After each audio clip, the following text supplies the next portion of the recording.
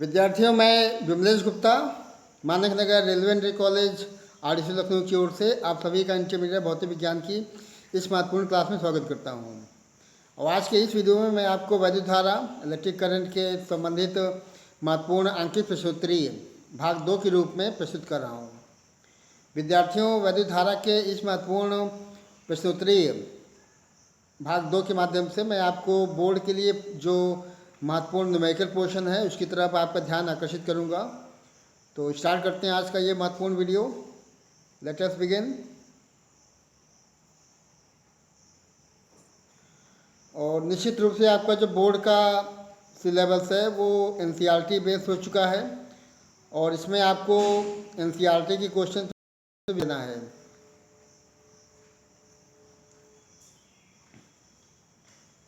तो भाग 2 आज हम लोग चालू करने वाले हैं विद्यार्थियों। भाग 2 अध्याय 3 वैद्युत धारा।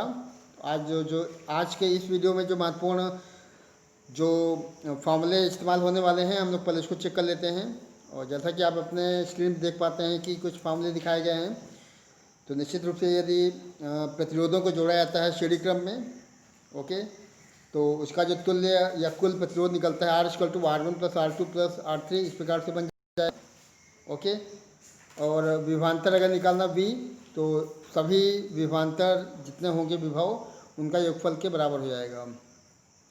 और निश्चित रूप से आप जानते हैं कि श्रेणी क्रम में अगर आप किसी निकाय को जोड़ते हैं तो प्रत्येक बिंदु पे या प्रत्येक प्रतिरोध में, जैसे यहाँ पे हम लोग प्रतिरोधों को जोड़ने वाले हैं, तो प्रत्येक प्रतिरोध पर धारा I का मान समान होगा, ये आपको ध्यान रखना है, ठीक है। तो ये श्रेणी क्रम का हो गया विद्यार्थियों। समांतर क्रम में देखिए, समांतर क्रम कैसे प्रतिरोधों को जोड़ना है वो भी आपको स्पष्ट होना चाहिए।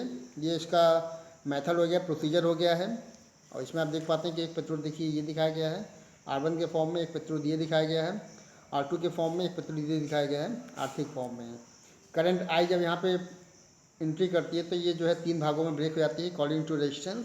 तो R1 में I1, R2 में I2 और R3 में I3 पहुँच कर फाइनली ये तीनों मिल करके KCL ये I बन जाता है। तो विद्यार्थियों, हमको चेक करना है कि समांतर क्रम में अगर आपको दिया जाता है कई प्रतिरोध तो उनका कुल प्रतिरोध कितना आना है। तो 1/R = 1/R1 + 1/R2 + 1/R3।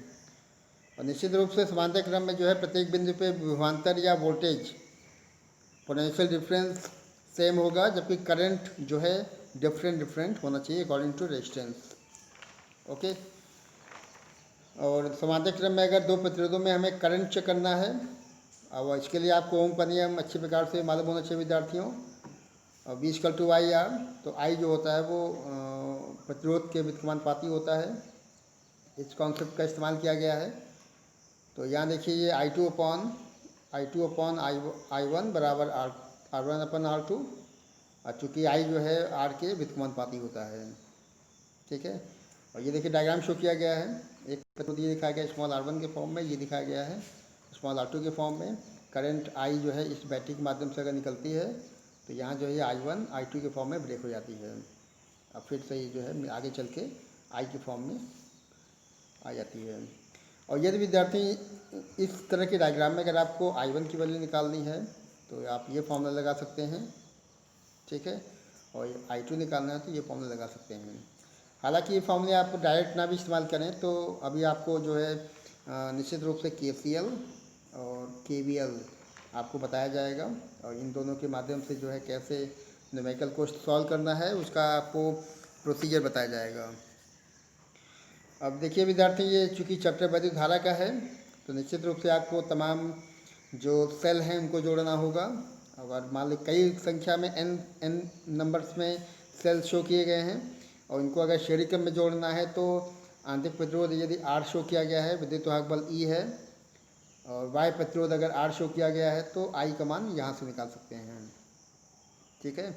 इसके लिए आप जो है वैद्युत धारा के भाग 4 को देख सकते हैं। इलेक्ट्रिक करंट आपका जो है पार्ट नंबर 4 वहाँ पे आप जो है इसका थ्योरी पूरा चेक कर सकते हैं। और विद्यार्थियों, जैसे विद्युत वाहक बल इसमें शो किया गया है। और विद्युत वाहक बल क्या है आपको मालूम है, आंतरिक प्रतिरोध आपको बताया गया पहले ही, ठीक है ना। वैद्युत वाहक बल का मतलब एकांक आवेश को सेल सहित पूरे परिपथ में अगर फ्लो कराना है, प्रवाहित कराना है, तो सेल द्वारा दी गई ऊर्जा, ये आपका वैद्युत वाहक बल हो जाता है। और निश्चित रूप से यहाँ पे आप जो है आई का मान इस फॉर्मूले से निकाल सकते हैं। और यदि मान लीजिए कि जो है सेल नया है, इसका मतलब है कि जो एन आर का मान होगा वो बहुत ही कम होगा आर की तुलना में। Okay, N R will be very very small in comparison to capital R. Capital R क्या है? कैपिटल आर का मतलब है वायु प्रतिरोध और स्मॉल आर का मतलब है आंतरिक प्रतिरोध। ओके, तो इस कंडीशन में यहाँ पे जो आपका एन आर की वैल्यू है वो हट जाएगी और ये finally I equal to N E upon capital R. तो ये फार्मूला बन जाएगा यदि निश्चित रूप से अगर नए हैं, एन आर का मान जो है कैपिटल आर की तुलना में काफ़ी छोटा है, नगण्य है। तो ये श्रेणी का हो गया विद्यार्थियों। समांतर में देखिए, समांतर में शो किया गया कि यदि एन सेल समांतर क्रम में जोड़े जाते हैं तो निश्चित रूप से आई का मान आप यहाँ से निकाल सकते हैं, I equal to E upon में R upon N plus capital R, इस फॉर्म में दिखाया गया है। और यदि डायग्राम में शो कर लें, देखिए मैं डायग्राम भी आपको दिखा देता हूँ यहाँ पर नीचे। एक्चुअली ये बना हुआ है और निश्चित रूप से यहाँ पर देखिए एक वाय प्रतिरोध कैपिटल आर के फॉर्म में, कुंजी के फॉर्म में दिखाया गया है। ए और बी दो पॉइंट्स शो किए गए हैं और इन दोनों बिंदु के बीच में जो है कई सेल आंतरिक प्रतिरोध के साथ में दिखाए गए हैं। जैसे पहला देखिए, पहला सेल ये दिखाया गया है। ओके, इसका आंतरिक प्रतिरोध ये दिखाया गया है स्मॉल आर, सब पे इक्वल दिखाए गए हैं। दूसरा ये है, तीसरा ये है, 14, 5वां, कई सारे जोड़े गए हैं। और ख़ास बात है कि सभी का वैद्युत वाहक बल कितना है? Capital E. और सभी का आंतरिक प्रतिरोध कितना है? Small R. और वायु प्रतिरोध कैपिटल आर।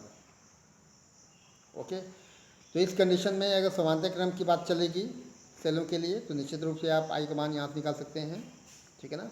और यदि कैपिटल आर का मान जो है काफ़ी कम हो, ओके, कैपिटल आर का मान काफ़ी कम हो और जो सेल हैं वो इसका, देखिए विद्यार्थियों, अगर आर अपॉन एन कहेगा कि काफ़ी बड़ा है कैपिटल आर की तुलना में, तो इसका सीधा संदेश ये आता है कि जो आपके सेल हैं काफ़ी पुराने हैं, क्योंकि सेल का जो आंतरिक प्रतिरोध एक कमी होता है, एक दोष होता है। और आंतरिक प्रतिरोध जितना कम हो सेल का, सेल उतना ही अच्छा माना जाता है, ठीक है। तो ये तो हो गया इसकी थ्योरी। इसके बाद देखिए सेल के वैद्युत वाहक बल और टर्मिनल विभवांतर, इसमें संबंध आपको मालूम होना चाहिए। Should know the relation between the electromotive force and terminal potential difference of a cell. देखिए सेल इस फॉर्म में शो किया गया है, आपको इसी फॉर्म में न्यूमेरिकल भी शो किए जाएंगे जब आपके बोर्ड की परीक्षा में क्वेश्चन आपको देखने को मिलेगा।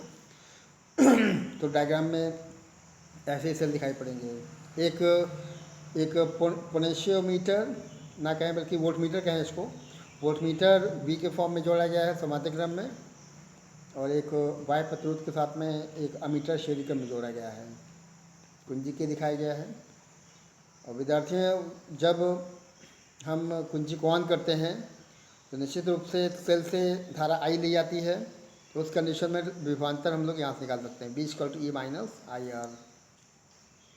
ओके, और इसी को आप रिवर्स करके लिख सकते हैं, B equal to E plus I R हो जाएगा, वही फॉर्म है, ठीक है ना। तो ये इतना हो गया। इसके बाद देखिए किरचॉफ का नियम शो किया गया है। हालांकि सब चीज़ें हो चुकी हैं, लेकिन मैं यहाँ फिर से इसको इसलिए रिपीट कर रहा हूँ ताकि आपका जो न्यूमेरिकल पोर्शन है वहाँ एक बार फिर से इसको आप जो है अपने दिमाग में इसको लेके आ जाएं। This is very very important topic विद्यार्थियों, बहुत ही इंपॉर्टेंट टॉपिक है ये किरचॉफ का नियम। किरचॉफ से वैद्युत पर्पस संबंधी दो नियम बताए थे, एक केसीएल के फॉर्म में, ओके, और दूसरा केवीएल के फॉर्म में। दोनों ही नियम बहुत ही महत्वपूर्ण हैं और दोनों नियम आपको अच्छी प्रकार से आने चाहिए, ठीक है। तो यहाँ देखिए पहले प्रथम नियम बताया गया। प्रथम नियम का मतलब संधि का नियम है, धारा का नियम। और ये देखिए संधि पी के फॉर्म में दिखाई गई, कई धाराएं इसमें देखिए आते हैं, कई जाती हैं, ठीक है ना। तो किसी भी संधि पर मिलने वाली सभी धाराओं का बीजगणितीय योगफल शून्य होता है, सिग्मा ई का मान शून्य हो जाएगा। जो धाराएं अंदर प्रवेश करेंगी उनको प्लस में लिया गया है, जैसे I1 को अंदर दिखाया गया है, I5 को अंदर दिखाया गया है, बाकी I2, I3 और I4 बाहर निकल रही, इनको निगेटिव दिखा दिया है।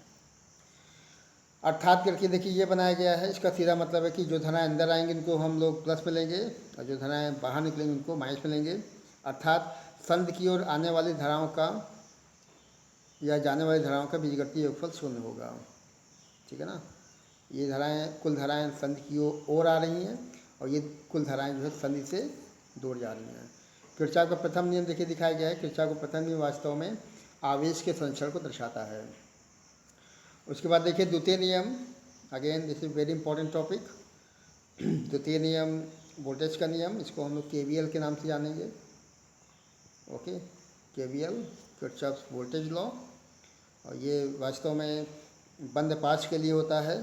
तो वैद्युत परिपथ है, कई बंद पाश देखिए दिखाए गए हैं और प्रत्येक खंड में बहने वाली वैद्युत धाराओं और उसके संगत प्रतिरोधों का बीजगणितीय योगफल उसी बंद पाश में काम करने वाले सभी सेलों के विद्युत वाहक बलों के बीजगणितीय योगफल के बराबर होता है। तो ये पूरा देखिए एक वैद्युत परिपथ शो किया गया है।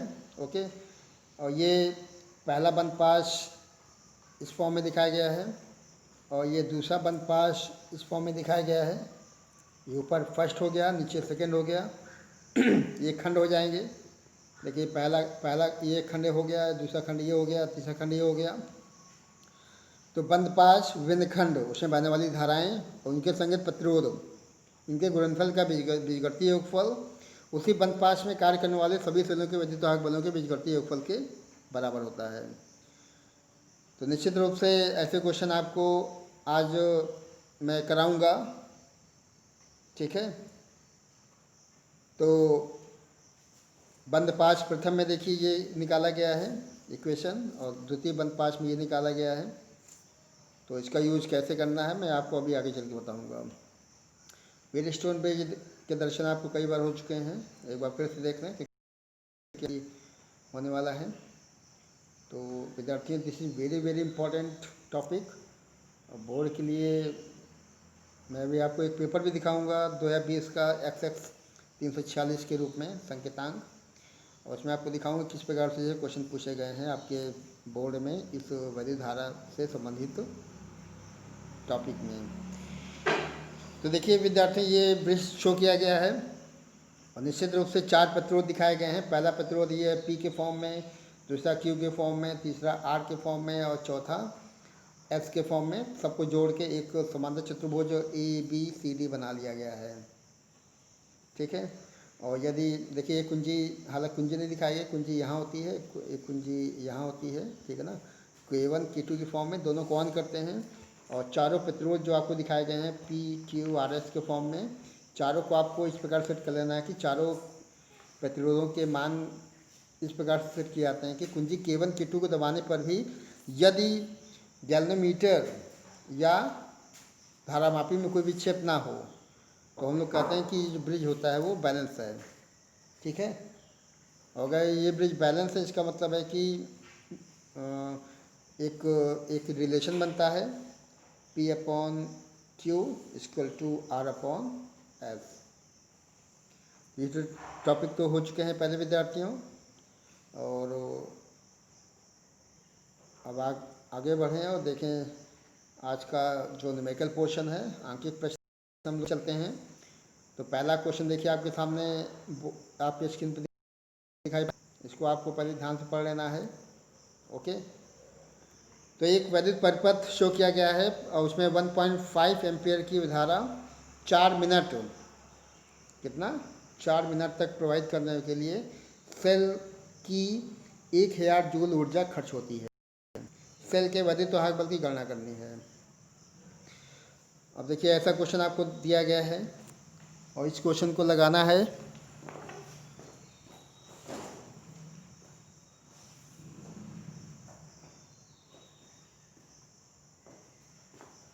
ओके, तो इसमें देखिए धारा का मान दिया 1.5 एम्पियर, टाइम दिया है 4 मिनट।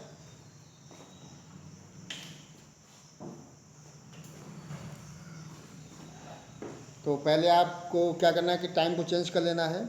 विद्यार्थियों देखिए टाइम दिया है 4 मिनट, तो टी का मान दिया है 4 मिनट, ये ठीक नहीं दिया गया है। इसको आप देखेंगे 4 × 60 सेकेंड। ओके, मतलब 240 सेकेंड। और जूल ऊर्जा W का मान दिया गया है और करंट दिया 1.5 एम्पियर। ओके, तो पहले देखिए शुरुआत कहाँ करनी है आपको। मैं इसको थोड़ा छोटा कर लूँगा क्योंकि आंकड़े आपको मालूम चल गए क्या क्या दिए गए हैं। देखिए फार्मूला एक्चुअली मैं बता दूँ पहले। फार्मूला देखिए होता है वैद्युत वाहक बल निकालने का E बराबर W/Q। ओके, तो निश्चित रूप से W का मान दिया गया है। ओके, Q को आपको चेंज कर लेना है। Q बराबर होता है IT, I इंटू टी। और I का मान दिया गया था, T का मान दिया है मिनट में, हमने इसको चेंज कर लिया सेकंड में। ठीक है, और उसके बाद जब आप W/Q निकालते हैं तो वही आपका E बन जाएगा। ठीक है, देखिए यहाँ शो किया गया है, इसको आप चेक कर लें। और 1.5 एम्पियर की धारा शो की गई थी। 4 मिनट है, उसको सेकंड में चेंज कर लिया गया और इतनी जूल ऊर्जा खर्च होती है। तो ये देखिए इसमें डिफाइन भी किया गया कि एकांक आवेश को सेल सहित पूरी परिपथ में अगर फ्लो कराना है तो सेल द्वारा दी गई ऊर्जा या सेल द्वारा किया गया कार्य वही वैद्युत वाहक बल होता है। तो W का मान देखिए दिया गया है 1000 जूल और आपका Q का मान निकल गया 360 कोलम्ब। इसको भाग कर लेना है। भाग करने के बाद ये 2.78 वोल्ट ये आपका वैद्युत वाहक बल प्राप्त हो जाएगा। ओके, क्वेश्चन 1 के बाद 2 पे आ जाएं। क्वेश्चन 2 देखिए दिखाया गया है। एक वैद्युत सेल का खुले परिपथ पे विभवांतर शो किया गया है 6 वोल्ट। ओके, 6 वोल्ट और 2 एम्पियर की धारा देने पर विभवांतर 4 वोल्ट हो जाता है। हमें निकालना है सेल का आंतरिक प्रतिरोध। ठीक है, सेल का आंतरिक प्रतिरोध। तो इसमें देखिए विभवांतर 6 वोल्ट है। ठीक है, खुले परिपथ में और 2 एम्पियर की धारा देने पे कितना हो जाता है 4 वोल्ट। ओके,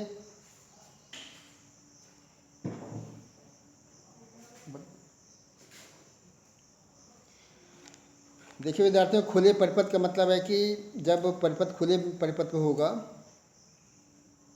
तो उसमें जब विभवांतर होगा वही विद्युत वाहक बल होता है। ठीक है, तो 6 वोल्ट क्या है, ये आपका वैद्युत वाहक बल होगा। ये चीज़ ध्यान रखनी पड़ेगी क्योंकि विभवांतर आपको नहीं देखना है बल्कि लिखा गया है कि खुले परिपथ पे। और वैद्युत सेल में खुला परिपथ का सीधा मतलब होता है कि कोई कनेक्शन ना होना, और कोई कनेक्शन ना होने पे सेल का जो वैद्युत वाहक बल होता है वही विभवांतर बन जाता है। तो E बराबर यहाँ पे हो जाएगा 6 वोल्ट। ओके, 2 एम्पियर करंट हो जाएगा, I का मान 2 एम्पियर और विभवांतर 4 वोल्ट हो जाता है, ये आपका V का मान हो जाएगा। एक मैंने आपको फॉर्मूला बताया हुआ था विद्यार्थियों पहले, एक फॉर्मूला था E=V+IR। ओके, E=V+IR, इसका यूज़ कर लेना है क्योंकि E का मान दिया है 6 वोल्ट, V का मान दिया है 4 वोल्ट, I का मान दिया 2 एम्पियर, R आपको मिल जाएगा। स्मॉल r का मतलब है सेल का आंतरिक प्रतिरोध जो कि 1 ओम निकल रहा है। ठीक है, 1 ओम।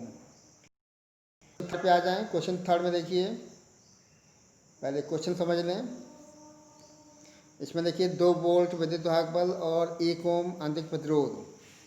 2 वोल्ट वैद्युत वाहक बल और 1 ओम इसका इंटरनल रेजिस्टेंस के 6 सेलों को 12 ओम के वाय प्रतिरोध मतलब कैपिटल R का मान दिया हुआ है के साथ में श्रेणी क्रम में जोड़ दिया जाए तो परिपथ में प्रवाहित करंट कितना होगा। आपको परिपथ में बहने वाली धारा का मान ज्ञात करना है। ओके, तो तैयार रहें, अभी क्वेश्चन आपको निकालना है। अब इसमें देखिए सेल का वैद्युत वाहक बल 2 वोल्ट दिखाया गया है और 1 ओम आंतरिक प्रतिरोध है, 6 सेल यूज किए गए हैं। ठीक है, और 12 ओम का वाय प्रतिरोध है और करंट हमें निकाल लेना है। ठीक है, तो देखिए एक सेल का वैद्युत वाहक बल दिया 2 वोल्ट, 6 सेलों का वैद्युत वाहक बल हो जाएगा 12 वोल्ट। ओके, एक सेल का वैद्युत वाहक बल 2 वोल्ट, सेल कितने हैं 6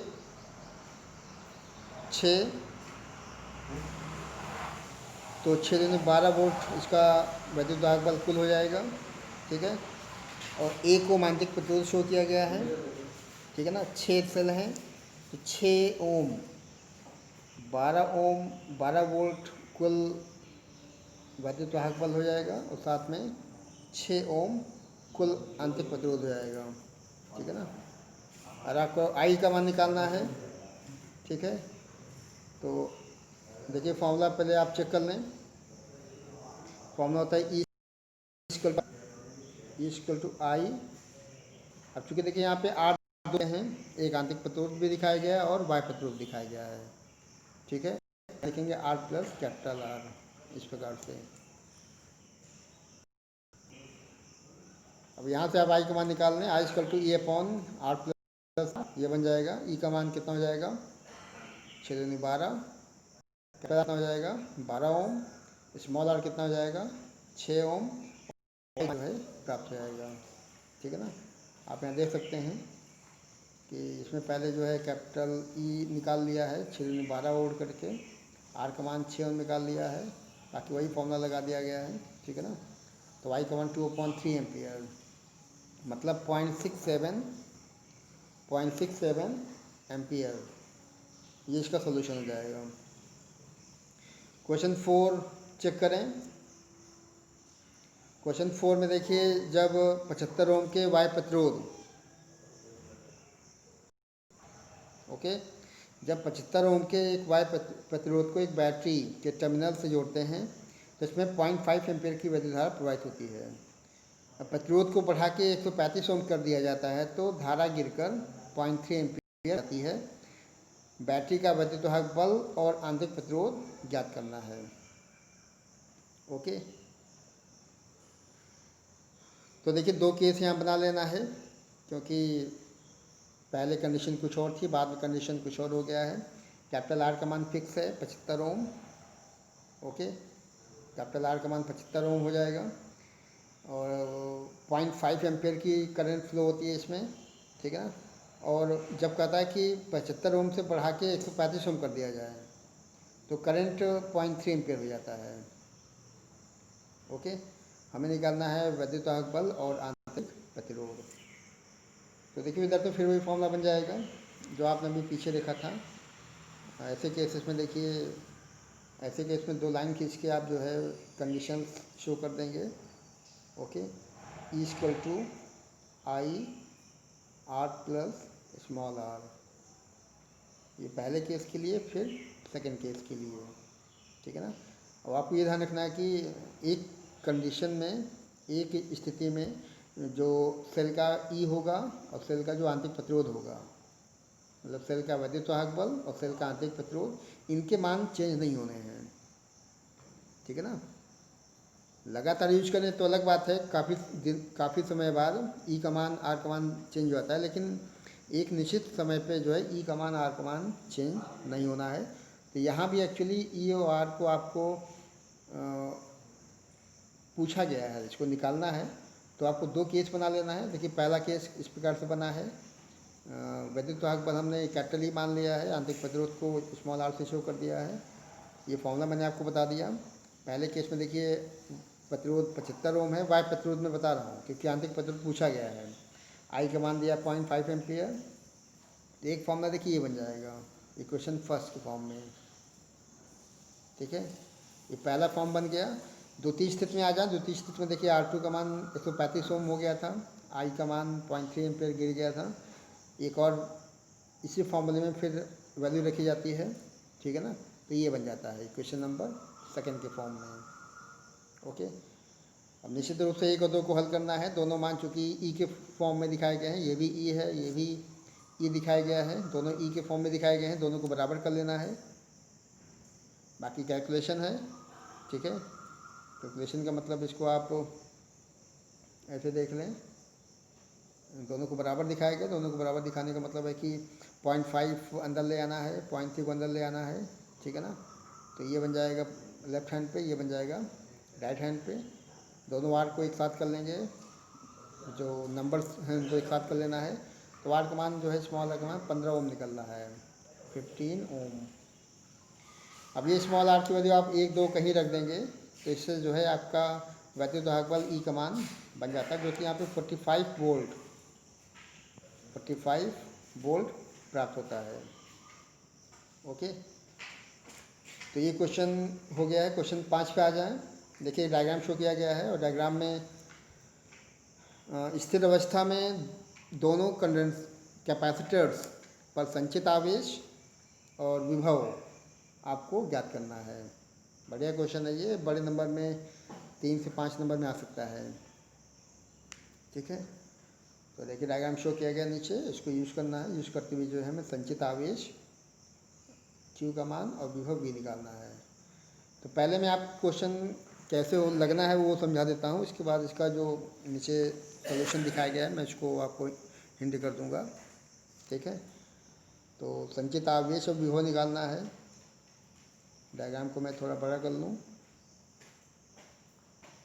ओके, अब देखिए विद्यार्थी, ये डायग्राम आपके सामने बना हुआ है, इसको आप ध्यान से देखें। आपको क्या दिखाई पड़ रहा है? आपको दिखाई पड़ रहा है एक बैटरी 12 वोल्ट की।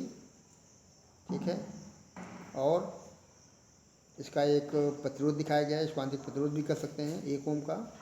और 2 प्रतिरोध देखिए यहाँ शो किए गए हैं 5 ओम और 6 ओम के रूप में। और 2 कैपेसिटर्स 2 माइक्रोफैराड और 3 माइक्रोफैराड के फॉर्म में शो किए गए हैं। ओके, इतना चीज़ दिखाया गया है। ये आपका कैपेसिटर्स हैं, दोनों संधारित्र, और इन्हीं पर संचित आवेश और विभव का मान ज्ञात करना है। ओके, तो ये क्वेश्चन थोड़ा अलग है, इसको आपको समझना पड़ेगा। तो ध्यान दें कि जैसे आप बैटरी को ऑन करते हैं और करंट यहाँ पे स्टार्ट होती है आई के फॉर्म में। अब करंट यहाँ पे आएगी तो ये एक्चुअली नियमतः I1 I2 में ब्रेक हो जाना चाहिए था, है ना। अगर मान लीजिए I है तो इसको जो है I1 और I2 के फॉर्म में ब्रेक होना चाहिए, लेकिन ऐसा होगा नहीं, क्योंकि ये हैं कैपेसिटर्स संधारित्र।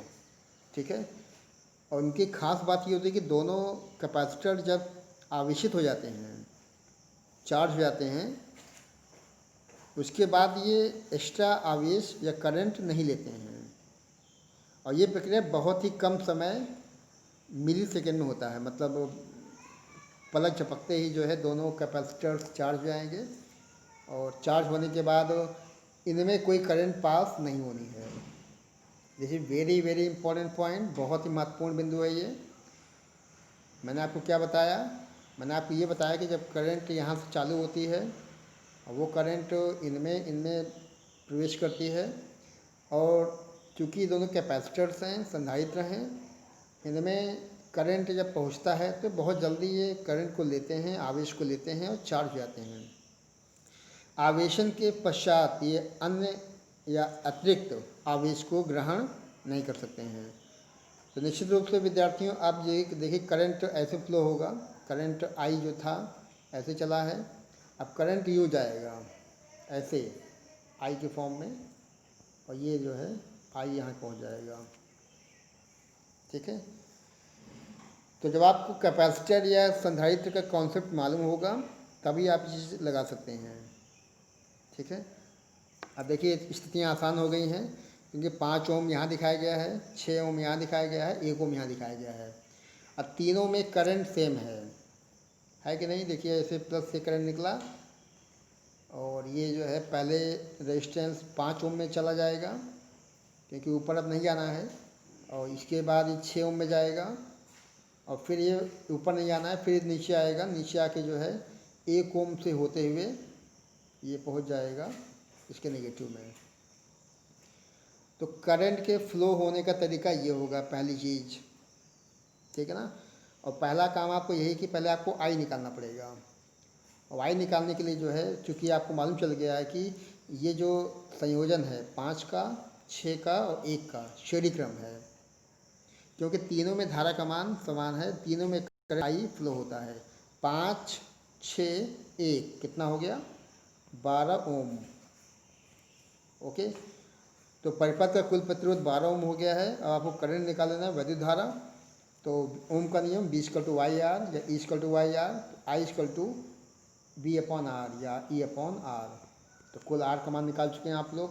E का मान ये 12 वोल्ट, R का मान 12 ओम, 1 एम्पियर 1 एम्पियर करंट ये प्राप्त हो जाएगी। ठीक है। देखिए ये काम हो गया। उसके बाद आगे बढ़ें। देखिए विद्यार्थियों, बोर्ड में एनसीईआरटी के पैटर्न पे चूँकि क्वेश्चन आने लगे हैं और अब स्टेप मार्किंग पे विशेष ध्यान दिया जाता है। अगर आप पूरा क्वेश्चन नहीं भी हल कर पाते हैं, क्वेश्चन को स्टेप वाइज दिखाते हैं, स्टेप 1, स्टेप 2, स्टेप 3, स्टेप 4 के फॉर्म में। तो अगर 5 नंबर का क्वेश्चन है तो लगभग एक नंबर, 100 नंबर सब में पहुँच जाता है। तो आपको स्टेप वाइज दिखाना है। भले ही आप पूरा आंसर ना निकाल पाएँ, लेकिन अगर आप स्टेप वाइज करते हैं, टेक्निक का सही इस्तेमाल करते हैं, भले ही आंसर गलत निकलता हो, लेकिन आपको जो अंक हैं वो भले ही 5 में 5 ना मिले, लेकिन 2 नंबर 3 नंबर तक मिल सकता है। तो कुल मिला के करंट हो गया कितना, 1 एम्पियर। ओके, ये चीज़ आपको ध्यान होनी चाहिए। अब देखिए विद्यार्थी, क्या होना है कि हमें निकालना है 2 माइक्रोफैराड और 3 माइक्रोफैराड, दोनों पर कितना आवेश होगा Q का मान, और दोनों के सिरों पर विभव का मान V का मान। ओके, तो कैपेसिटर है तो इसके फार्मूले आपको मालूम है, Q बराबर CV आपको याद होगा। ओके, ऐसे फार्मूले हम लोग यूज़ करने वाले हैं। अब ये ध्यान देना है कि जब करंट यहाँ से चला है, ये 5 और 6 ओम में जाएगा। ओके, और अब चूँकि ये 5 और 6 कितना हो गया, 11 ओम, और इसके सिरे पे हम लोग निकाल लेते हैं विभवांतर। ओके, इस सिरे पे हमको निकालना है विभवांतर, V का मान, V=IR, I का मान 1 था, तो कितना हो गया, 11 × 1 बराबर 11 वोल्ट। 11 वोल्ट यहाँ बन जाएगा। ठीक है ना, यही 11 वोल्ट इन पे बनेगा, क्योंकि दोनों समांतर क्रम में हैं। समझ पा रहे हैं विद्यार्थी, क्योंकि ये जो पोर्शन बना है और ये पोर्शन बना है, दोनों समांतर क्रम में हैं। तो निश्चित रूप से जो विभवांतर, जो विभव यहाँ बनेगा, कितना बना है 11 वोल्ट का, वही विभवांतर यहाँ ही बनेगा 2 और 3 के सिरों पर। ठीक है ना। तो अब यहाँ हम लोग बात कर लेते हैं। अब यहाँ पे अगर आपको आवेश निकालना है या विभवांतर निकालना है अलग अलग, तो इसके लिए पहले आपको क्या करना पड़ेगा, पहले इसका तुल्य निकाल लीजिए। C कितना आएगा, श्रेणी क्रम में दिखाएगा, तो 1/C बराबर 1/C1 + 1/C2, 1/2 + 1/3 5/6 हो जाएगा। तो C का मान हो गया 6/5, मतलब 1.2 माइक्रोफैराड। ये C का मान हो गया।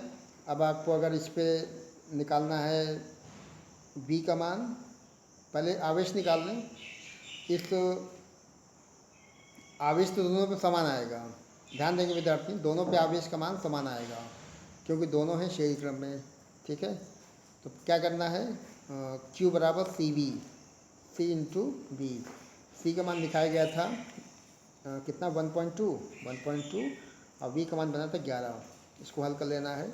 ठीक है ना, ऐसे आपको V भी मिल जाएगा। V बराबर अलग अलग निकाल लेना, V बराबर Q बराबर CV, तो V बराबर Q/C। अब इसका सोल्यूशन मैं आपको दिखा देता हूँ। देखिए, जैसे मैंने आपको बताया था, इसकी लैंग्वेज चेक कर लेंगे। इसमें लिखा है संचित आवेश और विभव किस अवस्था में, स्थिर अवस्था में। स्थिर अवस्था का मतलब है कि जब दोनों कैपेसिटर अच्छी प्रकार से चार्ज हो जाएंगे, उसके बाद, और चार्ज होने का मतलब है कि इसमें कोई करंट का फ्लो नहीं होना है, शुरुआत में आपको ध्यान रखना है इसका। उस अवस्था में 5, 6 और 1 के द्वारा देखिए 1 एम्पीयर की करंट निकाली गई है। ओके, 11 ओम जो ऊपर दिखाया गया था उसमें आपने वोल्टेज निकाल लिया है, 11 वोल्ट बन गया, और यही 11 वोल्ट काम करेगा ऊपर के दोनों कैपेसिटर पे।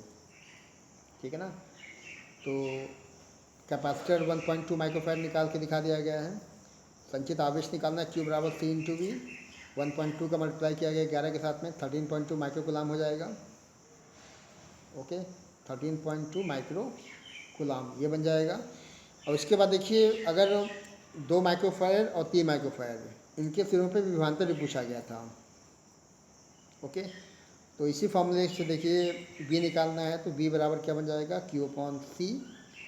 Q का मान आपने निकाला है 13.2 और C का मान 2 माइक्रोफैराड। यहाँ आपको चेंज नहीं करना है, क्योंकि यहाँ पे Q का मान भी माइक्रोफैराड में शो किया गया है। ओके, और C का मान भी माइक्रोफैराड में शो किया गया है। तो निश्चित रूप से V का मान 2 के लिए आ जाएगा 6.6 वोल्ट और 3 पे आ जाएगा 4.4 वोल्ट। ठीक है, और उसको आप जोड़ेंगे तो 11 वोल्ट ही आएगा। 11 वोल्ट की चर्चा भी ऊपर हो चुकी है। ठीक है, तो ये इसका सॉल्यूशन हो जाएगा 6.6 और 4.4 जो वोल्ट है वो विभव बन जाएगा दोनों कैपेसिटर के लिए। तो इसको आपको समझ लेना विद्यार्थियों, इसका जो कॉन्सेप्ट है वो आपको क्लियर होना चाहिए, कैसे बताया गया वो आपको मालूम होना चाहिए। ठीक है, अब हम लोग आगे बढ़ते हैं और ये क्वेश्चन नंबर 6 पे आ जाएं। सवाल नंबर 6।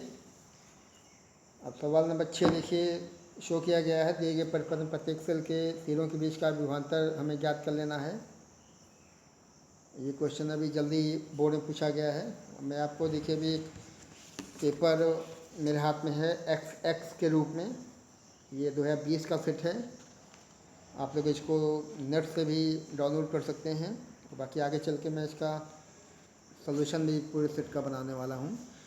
तो इस सेट में आप ऐसे क्वेश्चन देख सकते हैं जैसा कि यहाँ पे दिखाया गया है, और इसमें देखिए परिपथ शो किया गया इस प्रकार से पूरा सर्किट, और यहाँ पर आपको निकालना है विभवांतर, V का मान निकालना है।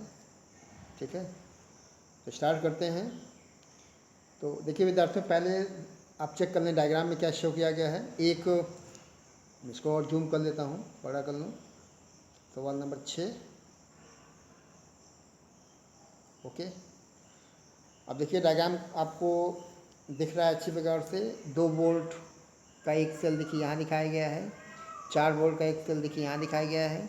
ठीक है ना, और उसके अलावा 3 प्रतिरोध, एक ओम का है, 2 ओम का है, 5 ओम का है। इतने प्रतिरोध शो किए गए हैं। और वैसे क्वेश्चन में आपको ये ध्यान देना है कि सेल पे ध्यान देना है कि दोनों सेल के जो प्लस सिरे हैं वो एक ही तरफ हैं। ओके, इसका मतलब है कि सेलों का जो कुल ई अगर निकालना है तो घड़े आएगा। मैंने आपको पहले भी कई बार हिंट किया हुआ है। एक सेल देखिए ये बना है, ओके, एक सेल ये बना है। इनको अगर आपने आपस में जोड़ दिया है तो ये अगर 2 वोल्ट का सेल है और ये 3 का है, 2 3 5 आएगा। लेकिन यहाँ पे कुछ और है, यहाँ पे दोनों देखिए, दोनों के प्लस सामने आ रहे हैं, है ना। लंबी डंडी का मतलब प्लस, छोटी डंडी का मतलब माइनस। ओके, और दोनों अगर प्लस सामने आते हैं इसका मतलब निश्चित रूप से जो कुल विद्युत वाहक बल बनेगा 4 - 2 मतलब 2 वोल्ट हो जाएगा। तो ये आपका ई का मान हो जाएगा। और प्रतिरोध देखिए विद्यार्थियों, कोई दिक्कत नहीं है। 1 ओम यहाँ दिखाया गया, 2 ओम यहाँ दिखाया गया, 5 ओम यहाँ दिखाया गया है। तो 5 2 7 1 8, 8 ओम बन गया इसका। क्या बन गया? कुल प्रतिरोध या नेट प्रतिरोध। अब आपको आई निकाल लेना है शुरुआत में, क्योंकि अभी हमको भी निकालना है। प्रत्येक सेल के सिरों के बीच का विभवांतर हमें ज्ञात करना है। ठीक है ना। तो हम लोगों ने क्या क्या निकाल लिया? हम लोगों ने निकाला है ई का मान। ई कितना आ गया है? 4 - 2 मतलब 2 वोल्ट आपका ई बन जाएगा। और आर का मान बन जाएगा 5 2 7 1 8 ओम। ओके, आई निकालना है। I equal to V upon R या E अपॉन आर। तो 2/8 दैट इज 1/4 एम्पियर।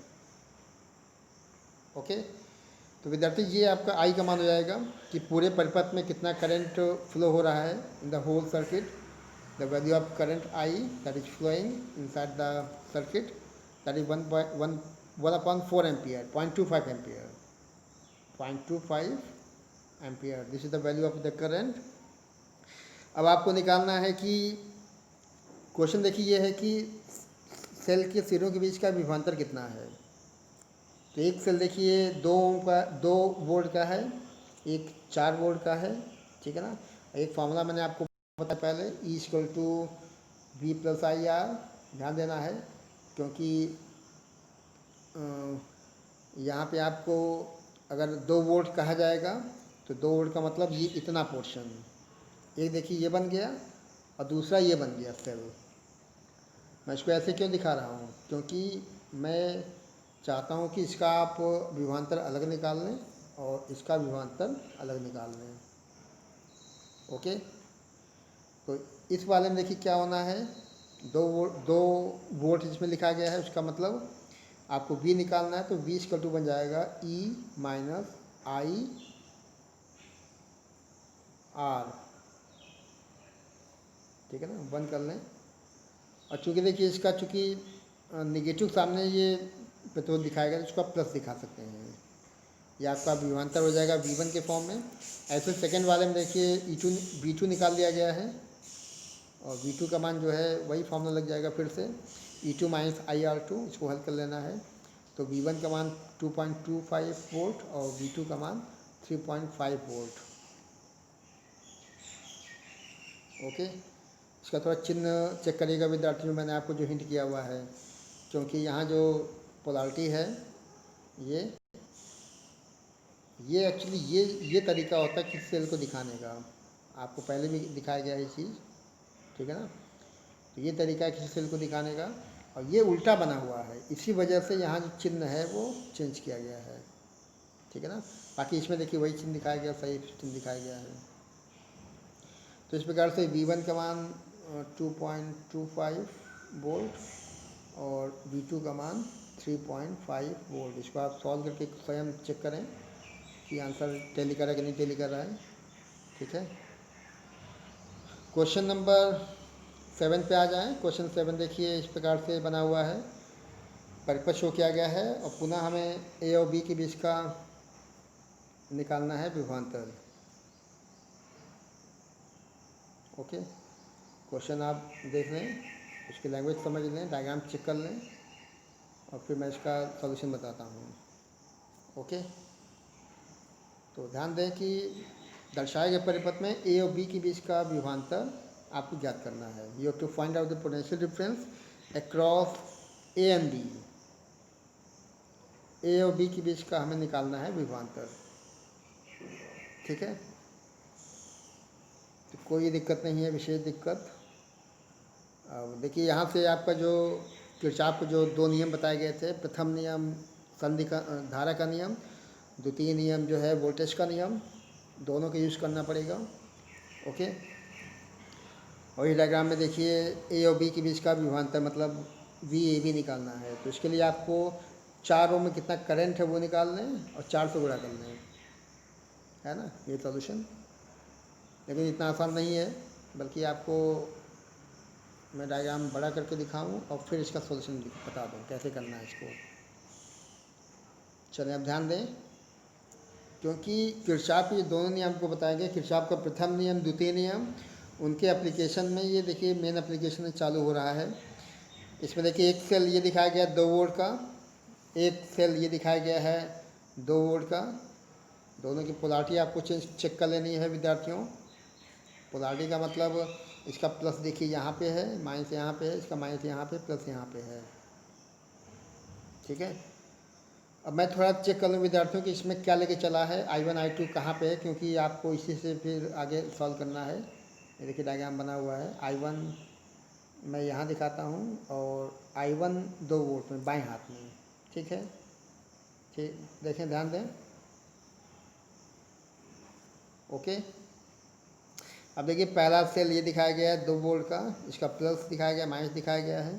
यहीं से हम लोग चालू करते हैं और यहाँ से करंट चलेगा I1, कितना चला I1, और ये I1 यहाँ पे आएगा। ठीक है ना, दूसरा देखिए ये शो किया गया विद्यार्थियों, सेकंड ये दिखाया गया है, तो यहाँ से चलेगा I2, कितना चला I2, और ये I2 जब यहाँ आएगा तो ये ब्रेक हो जाएगा। ठीक है, और थोड़ा इसका हिंट मैं आपको और दे दूँ कि एक्चुअली डायग्राम में क्या हो रहा है।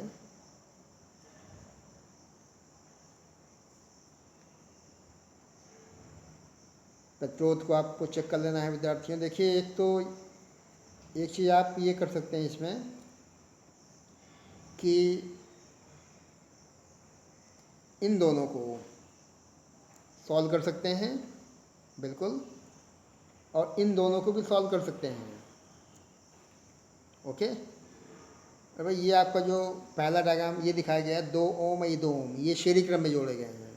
तो कितना हो गया यहाँ पे 4 ओम। ओके, और फिर जब इधर आप आइए तो यहाँ आपको ये पता चलेगा कि करंट ब्रेक हो गया है, इसमें करंट अलग जाएगा, इसमें करंट अलग जाएगा। तो ये 8 ओम, ये 8 ओम, ये समांतर क्रम में है। ठीक है, तो 1/8 + 1/8 2/8 1/4 4 बन जाएगा।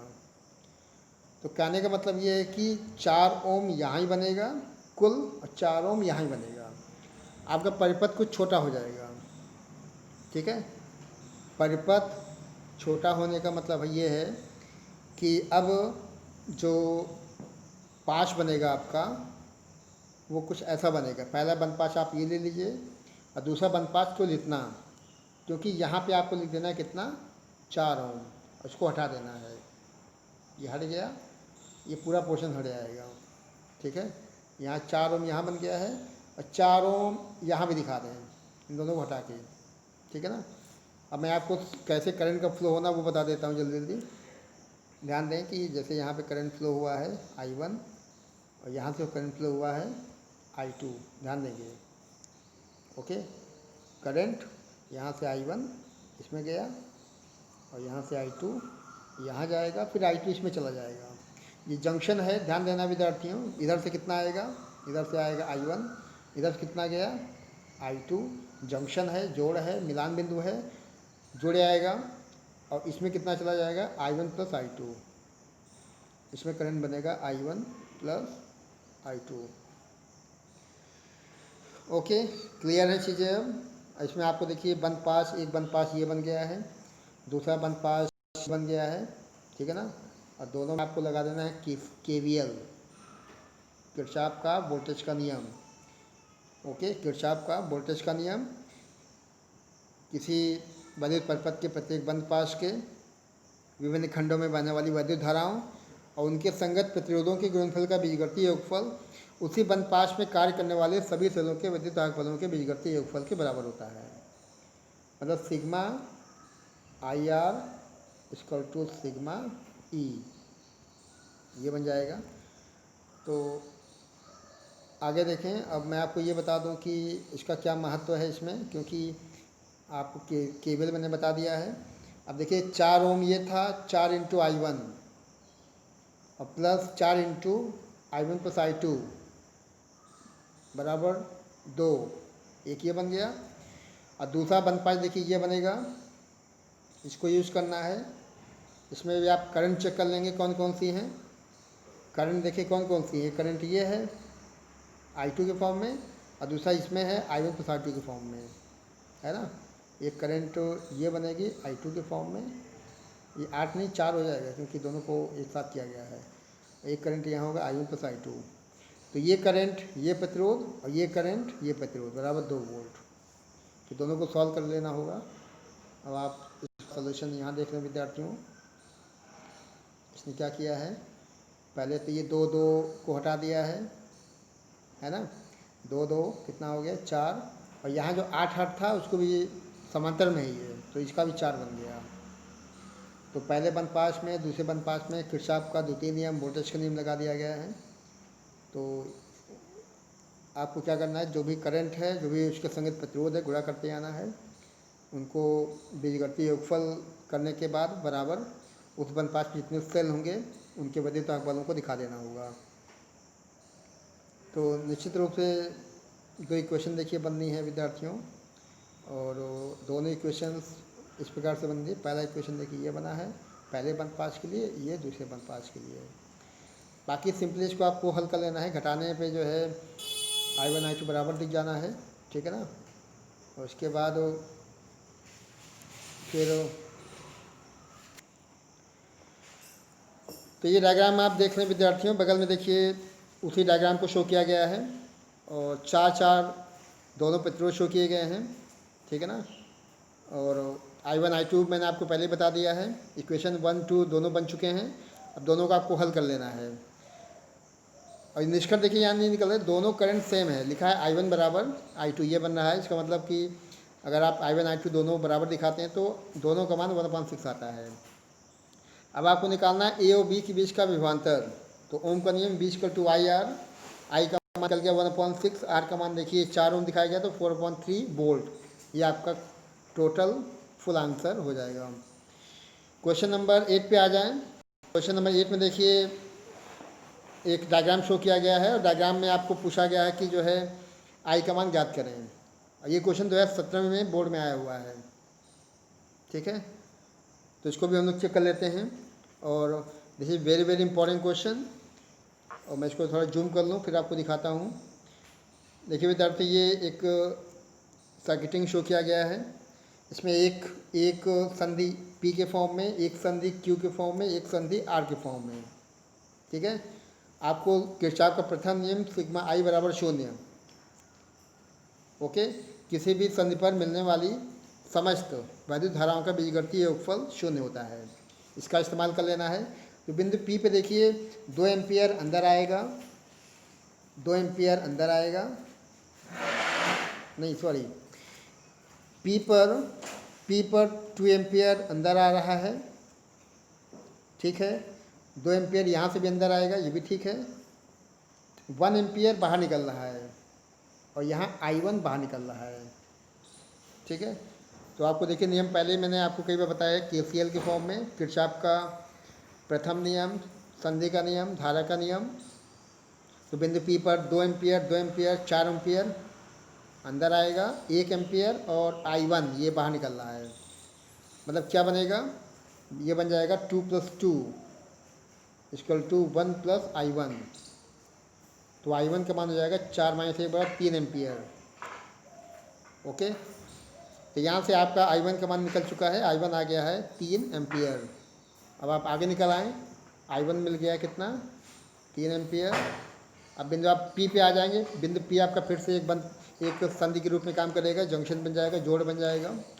I1 मतलब 3 एम्पियर अंदर आएगा और ये 1 एम्पियर और I2 बाहर निकल रहा है। तो 3 बराबर क्या हो जाएगा, 1 + I2, ओके। तो I2 का मान 2 एम्पियर हो गया।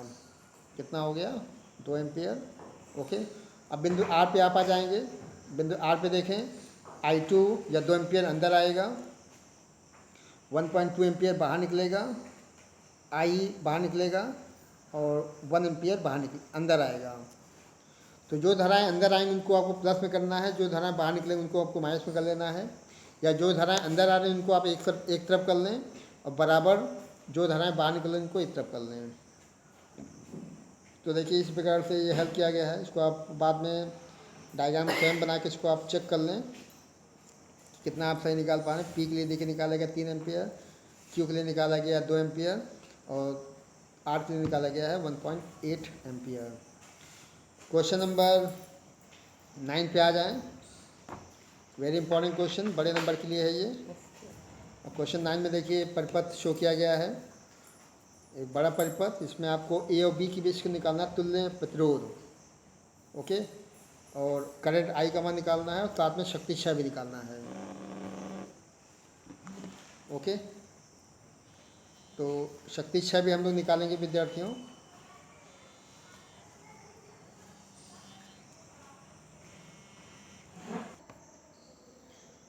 तो क्वेश्चन 9 में देखिए आप पहले डायग्राम चेक कर लें और डायग्राम मैं आपको दिखा देता हूँ पहले इस फॉर्म में। इसको आप चेक करें। हमें यहाँ निकालना है करंट का मान और शक्ति क्षय, ओके। करंट और शक्ति क्षय। तो ये आपका देखिए डायग्राम शो किया गया विद्यार्थियों, इस पर आपको गौर करना है। और इस डायग्राम में क्या दिख रहा है, एक बैटरी 5 वोल्ट की और कई सारे प्रतिरोध, 10 ओम का ये है, 5 ओम का ये है, 10 ओम फिर यहाँ, 10 ओम यहाँ, 20 ओम यहाँ, ओके। आपको क्या करना है वो समझना है। देखिए ए पॉइंट यहाँ शो किया गया है, बी पॉइंट यहाँ शो किया गया है, ओके। और सी पॉइंट ये, डी पॉइंट ये। और 1 2 3 4 5 प्रतिरोध दिखाने का मतलब है कि निश्चित रूप से ये एक ब्रिज बन सकता है, ओके। ये ब्रिज बन सकता है। कैसे बनेगा? क्योंकि ए से चलेगा डी पर, ए से चलेगा डी पर और सी से जाएगा बी पर और सी और डी आपस में जुड़ेंगे। ठीक है, तो देखिए इसी डायग्राम को ऐसे बनाया गया है, ब्रिज के फॉर्म में दिखाया गया है। 5 पेट्रोल देखिए 5 वोल्ट का देखिए एक बैटरी जो दिखाया गया था वो आपको नज़र आ रहा है। बिंदु ए यहाँ, बिंदु बी यहाँ शो किया गया है। ठीक है, अब यहाँ से जब ए से बी गया है 10 ओम का, ए से सी गया है 5 ओम का, बी से सी गया है 10 ओम का, बी से डी गया है 20 ओम का। ओके, और जो विकर्ण आपको दिखाया गया था अभी पीछे, उसमें आपको 10 ओम दिखा देना है। ये आपका सेल का या बैटरी का संयोजन हो जाएगा। तो ये निश्चित रूप से एक ब्रिज बन गया, ये एक सेतु आपका तैयार हो जाएगा। अब आपको ये चेक कर लेना कि क्या ये ब्रिज बैलेंस है। अगर ये ब्रिज बैलेंस होगा तो ये क्वेश्चन आसान हो जाएगा।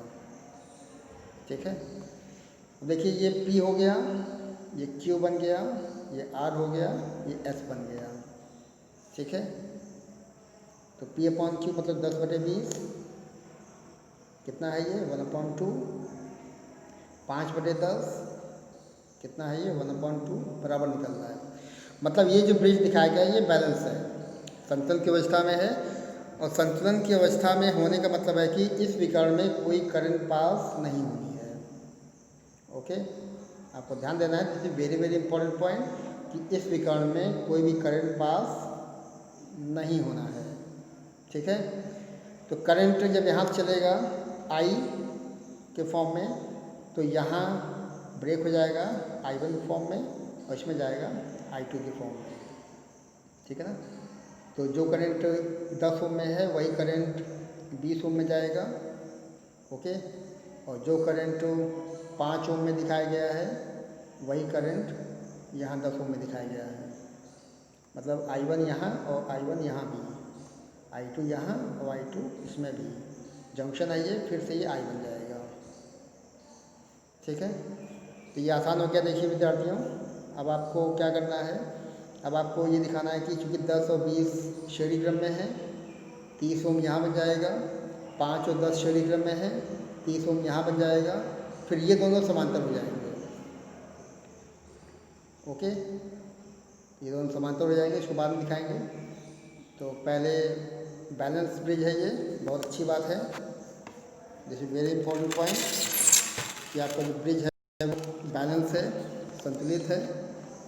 ओके, और PQRS देके दिखाया गया है, ब्रिज बैलेंस है वो भी शो कर दिया गया है। BD में कोई करंट नहीं जाना है, इसको हमें छोड़ देना है।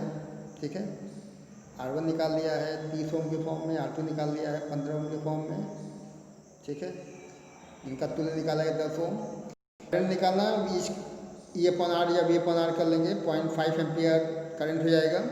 शक्ति क्षय निकालना है, करंट और रेजिस्टेंस के फॉर्म में ये फॉर्मूला बन जाएगा 2.5 वॉट। ओके, लगभग 2.5 वॉट ये आपका करंट प्राप्त हो जाएगा। क्वेश्चन नंबर 10 पे आ जाएं, ये 9 था, क्वेश्चन 10 पे आए। क्वेश्चन 10 में देखिए एक डायग्राम फिर से बनाया गया है, इसमें कई पार्ट, ये क्वेश्चन 5 नंबर के लिए आ सकता है, ऐसे बड़े क्वेश्चन बोर्ड में 5 नंबर में आते हैं। ओके, तो इसको आप देख लें, डायग्राम शो किया गया है, इसमें 10 ओम प्रतिरोध में धारा 0 है। देखिए मेन डायग्राम देखिए विद्यार्थियों आपका ये है। ठीक है, और इसको कन्वर्ट करने के बाद इसको इस फॉर्म में लाया गया है। और आपको पहली निगाह में देख लेना है कि ब्रिज बन रहा है कि नहीं बन रहा है, क्योंकि जहाँ भी 5 प्रतिरोध बनेंगे वहाँ पे संभावना बनेगी ब्रिज बनने की। और ब्रिज बनने के बाद अगली चुनौती होती है कि उसको चेक करना कि ब्रिज बैलेंस है अथवा बैलेंस नहीं है, आपको ये भी देख लेना है। ठीक है, तो देखिए पहले मैं आपको ये डायग्राम दिखा देता हूँ। ये डायग्राम देखिए शो किया गया है, 5 वोल्ट की बैटरी बनाई गई है। आप चेक कर लें, पॉइंट ए है, सी है, बी है, यहाँ डी दिखाया गया है जैसा आपने भी पीछे किया था। तो ए से डी गया है एक्स, ए से बी गया है 3 ओम, ठीक है, और सी से बी गया है 6 ओम, और सी से डी गया है 12 ओम। तो ये सब चीज़ें आपको इसमें बना लेनी। पहले मैं आपको डायग्राम दिखा दूँ, उसके बाद जो पूछा गया वो बताता हूँ।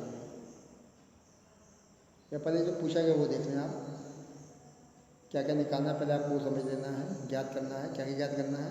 प्रतिरोध एक्स का मान ज्ञात कर लेना है, ये मान है पहला पार्ट। सेकेंड पार्ट 4 ओम प्रतिरोध में करंट निकालनी है, 3 ओम में करंट निकालनी है, 12 ओम में करंट निकालना है, शक्ति निकालना है, पावर।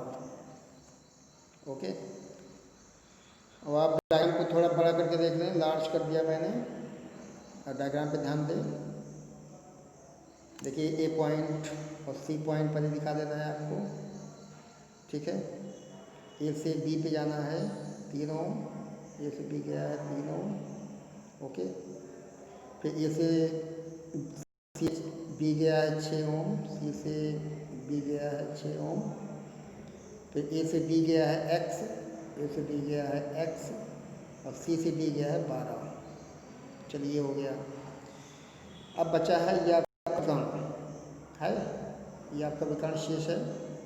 इसमें कितना है 10 ओम, तो 10 बना दिया। एक बैटरी 5 वोल्ट की दिखाई गई है, और साथ में इसका आंतरिक प्रतिरोध कर सकते हैं 4 ओम दिखाया गया है, ठीक है ना। और अब हमें चेक करना है जो मान पूछे गए हैं।